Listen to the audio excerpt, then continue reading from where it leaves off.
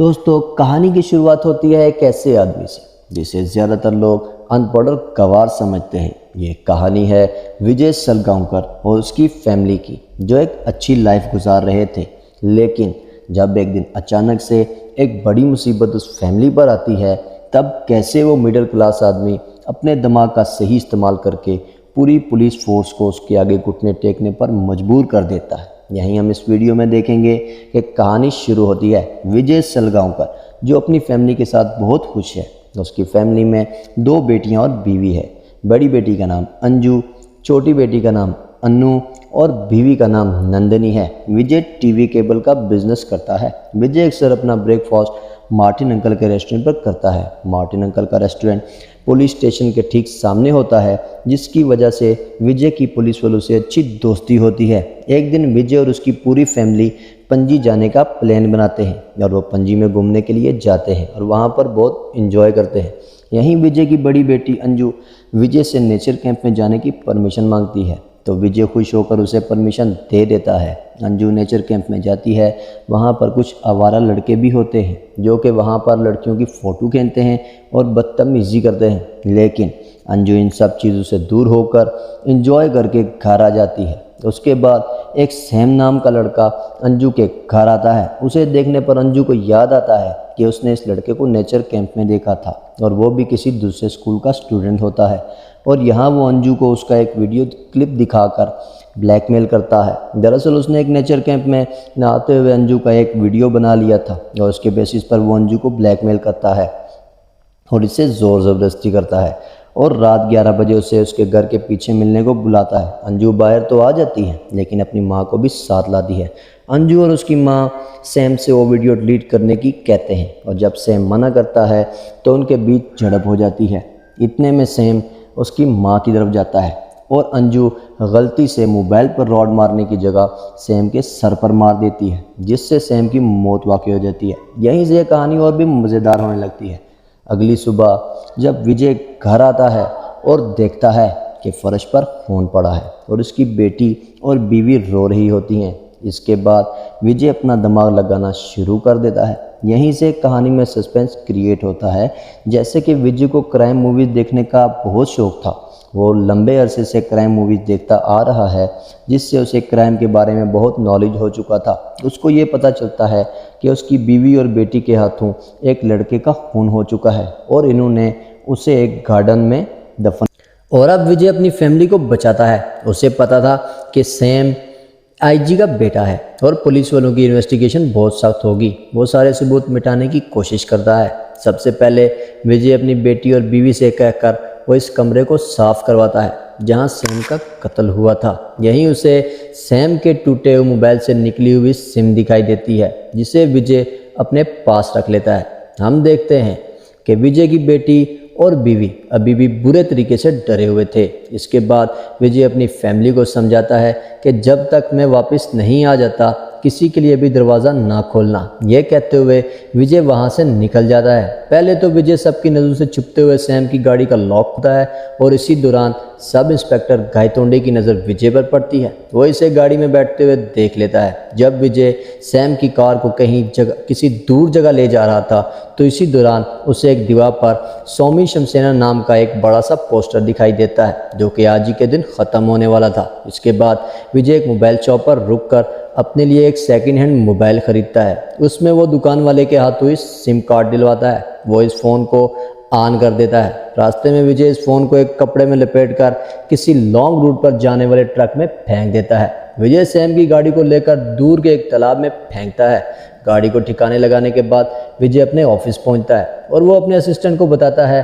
कि कल मैं अपनी पूरी फैमिली को लेकर पणजी जा रहा हूं। और वो पहुंचने पर विजय को पता चलता है कि सैम गोवा के आईजी का बेटा है। सैम की मां मीरा गोवा की इंस्पेक्टर जनरल और पुलिस है।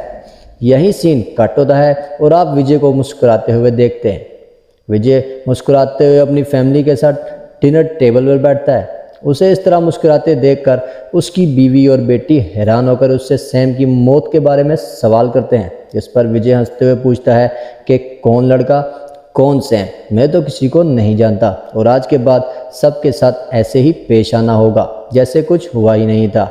विजय कहता है कि हमारा डर ही हमारा सबसे बड़ा दुश्मन है। इसके बाद विजय के कहने पर ही विजय की फैमिली पणजी में होने वाले फंक्शन पर निकल जाते हैं, लेकिन जब वो फंक्शन कल ही ख़त्म हो चुका था, इसलिए वहाँ से सामान उठाया जा रहा था। लेकिन उसके बावजूद भी विजय अपनी फैमिली के साथ कुछ देर वहाँ बैठता है और एक नॉर्मल वेकेशन की तरह वो अपनी फैमिली को घुमाता है।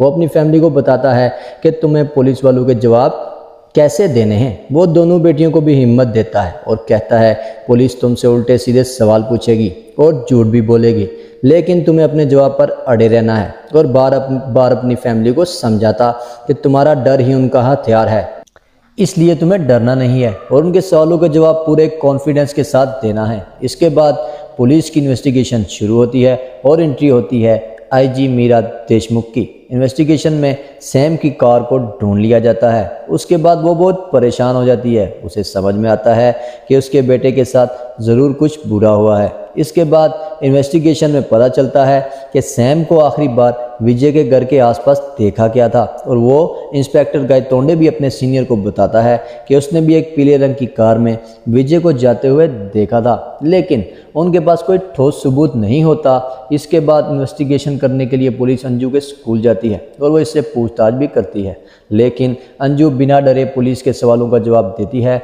जिसके बाद पुलिस को पता चलता है कि सैम 2 तारीख से ही गायब है। इसलिए पुलिस उससे पूछती है कि आखिर तुम 2 तारीख को कहाँ थी। अंजू बिना डरे कहती है कि 2 तारीख को तो मैं अपनी फैमिली के साथ पणजी संगसंग में गई थी और 3 तारीख को ही हम वापस आ गए थे। इसके बाद पुलिस विजय के घर जाती है और दोनों से पूछताछ करने लगती है, लेकिन उनके हाथ कोई सबूत नहीं लगता और सभी को पता लगता है कि गायतोंडे जानबूझकर विजय को फंसाने की कोशिश कर रहा है। इसके बाद आईजी मीरा के कहने पे फिर से विजय की फैमिली से एक एक करके पूछताछ करती है। उनके गायतोंडे की बात सुन के मीरा को शक होता है कि कैसे ये लोग हमें कोई कहानी सुना रहे हैं। इसलिए मीरा के कहने पर उन सब लोगों को बुलाकर बार बार पूछताछ की जाती है, जिनसे विजय 2 तारीख को मिला था। पुलिस ये जानकर हैरान होती है कि इन सब को ये इतने अच्छे से कैसे याद है कि विजय 2 तारीख को ही पणजी गया था। अब तो सैम को गायब हुए 1 महीने से ज़्यादा हो गया था और पुलिस के पूछने पर इन सब से सुना जाता है कि विजय इन सब से कुछ दिन पहले ही मिला था और वो सबको ये याद दिलाता है कि वो 2 अक्टूबर को पणजी के फंक्शन में गया था। मीरा अपनी पूरी ताकत लगा देती है, पर इतनी इन्वेस्टिगेशन करने पर भी इन्हें झूठा साबित नहीं कर पाती। मीरा के शोर को भी यही लगने लगता है कि विजय एक शरीफ इंसान है और वो सच बोल रहा है। लेकिन कुछ देर बाद मीरा को ये रियलाइज़ होता है कि जो भी बिल्स और सीसीटीवी फुटेज उन्होंने अब तक देखे हैं, इनसे साबित होता है कि विजय 3 तारीख को पणजी में था, लेकिन उनके पास कोई भी ऐसा पक्का सबूत नहीं था जिससे ये साबित हो सके कि विजय 2 तारीख को भी पणजी में ही था। उसे समझ आता है कि विजय ने 2 तारीख को पणजी में होने वाली बात जानबूझकर लोगों के जहन में बिठाई, लेकिन असलियत में वो किसी और दिन पणजी में गया। मीरा अपने हस्बैंड को बताती है कि वही चीज़ें हमें याद रह जाती हैं जिन्हें हमने अपनी आंखों से देखा होता है। मीरा अपने हस्बैंड को आगे की थ्योरी बताना शुरू करती है। मीरा बताती है कि उसने 3 तारीख को ही सैम की गाड़ी को तालाब में गिराया था और उसी दिन उसने जानबूझकर ऐसे सबूत प्लान किए जिससे पुलिस को लगे कि विजय सीरियस में 3 तारीख को अपनी फैमिली के साथ पणजी में था और वह दरअसल अपनी फैमिली को 4 और 5 तारीख को लेकर पणजी में गया, क्योंकि असलियत में उसने और उसकी फैमिली ने वो 2 दिन पणजी में गुजारे थे। इसलिए उनका बयान लेते वक्त किसी की भी ज़ुबान नहीं फिसली। लेकिन इन लोगों ने सिर्फ एक बात हमसे झूठ कही कि वो लोग 2 और 3 तारीख को पणजी में गए थे, लेकिन कोई सबूत न मिलने की वजह से मीरा परेशान हो जाती है और मीरा सैम के फ्रेंड से भी पूछताछ करती है तो उसे पता चलता है कि सैम ने अंजू का डर्टी वीडियो बना लिया था, जिसके पता चलते ही उसके बेटे के साथ कुछ बुरा होता है। इसके बाद मीरा विजय और उसकी फैमिली को रिमांड पर लेती है बिना किसी परमिशन के और वहां पर पूछताछ शुरू कर दी है। शुरू में तो विजय और उसकी फैमिली कुछ भी नहीं बोलते और पुलिस उनको बहुत मारती है। सच निकलवाने के लिए पुलिस बहुत कोशिश करती है, लेकिन जब पुलिस उसकी छोटी बेटी अन्नू से जोर ज़बरदस्ती करती है तो उस छोटी बेटी के मुंह से निकल जाता है कि सैम की लाश उसके घर के सामने गार्डन में है। जिसके बाद पुलिस वहां पर खुदाई करती है तो वहां सैम की जगह किसी जानवर की लाश मिलती है। यह सब देखकर पुलिस वालों के साथ साथ विजय की फैमिली भी हैरान हो जाती है। यहाँ पर हम समझ पाते हैं कि विजय को पहले से ही पता था कि पुलिस उनसे सच उगलवा लेगी और कुछ भी कर सकती है। तो पहला काम तो विजय ने ये किया था कि लाश को किसी दूसरी जगह शिफ्ट कर दिया था और इसके बाद अपने साले को कहकर सारे मीडिया को इस केस के पीछे लगा दिया था। जैसे ही एंड मौके पर मीडिया और बहुत बड़ी तादाद में लोग विजय के घर के बाहर खड़े होते हैं, तब पुलिस वालों को वहां जानवर की लाश मिलती है तो लोग भड़के हुए गाय तोंडे को मारने लगते हैं। उसके बाद आईजी मीरा भी परेशान होकर रिजाइन कर देती है, लेकिन यही सीन कट होता है और आखिरकार अकेले विजय को मिलने के लिए मीरा रिक्वेस्ट करती है अपने हस्बैंड से। तो विजय से पूछती है कि कहाँ है मेरा बेटा, लेकिन विजय के पास कोई जवाब नहीं होता, जिसकी वजह से वो इन दोनों से माफ़ी मांग लेता है और डायरेक्ट वो एक कहानी की तरह सैम के इस दुनिया में ना होने की बात बताता है। वो कहता है कि हमारी हंसती खेलती फैमिली में बिन बुलाए कोई मेहमान आया था और एक घटना होती है जिससे वो बिन बुलाया मेहमान बहुत दूर चला जाता है। यह सब सुनकर मीरा बहुत रोने लगती है और वहाँ से चली जाती है। आखिर विजय वो लाश कहाँ छुपाई थी, ये सस्पेंस अभी बाकी था। काफ़ी बार पूछने पर भी विजय अपनी फैमिली को नहीं बताता और जब आखिर में विजय थाने में हाजिरी देने जाता है तो एक नया पुलिस वाला उससे कहता है कि बहुत घमंड होगा तुझे, तूने पूरे गोवा पुलिस को ही नचा दिया। इसके जवाब में विजय कहता है कि मैं तो पुलिस की रिस्पेक्ट करता हूँ और पुलिस को आवाम का साथी मानता हूँ। पुलिस वाला कहता है कि जब भी मुझे सैम की लाश मिलेगी उस दिन मैं तुझे नहीं छोड़ूंगा। तो विजय मुस्कुराते हुए कहता है कि जब तक ये पुलिस स्टेशन है तब तक मुझे कुछ नहीं हो सकता। अब कहानी का एंड हो जाता है। दोस्तों, इस मूवी में बहुत सस्पेंस है। आखिर तक ये पता नहीं चलता कि विजय ने सैम की लाश को कहाँ छुपाया होगा।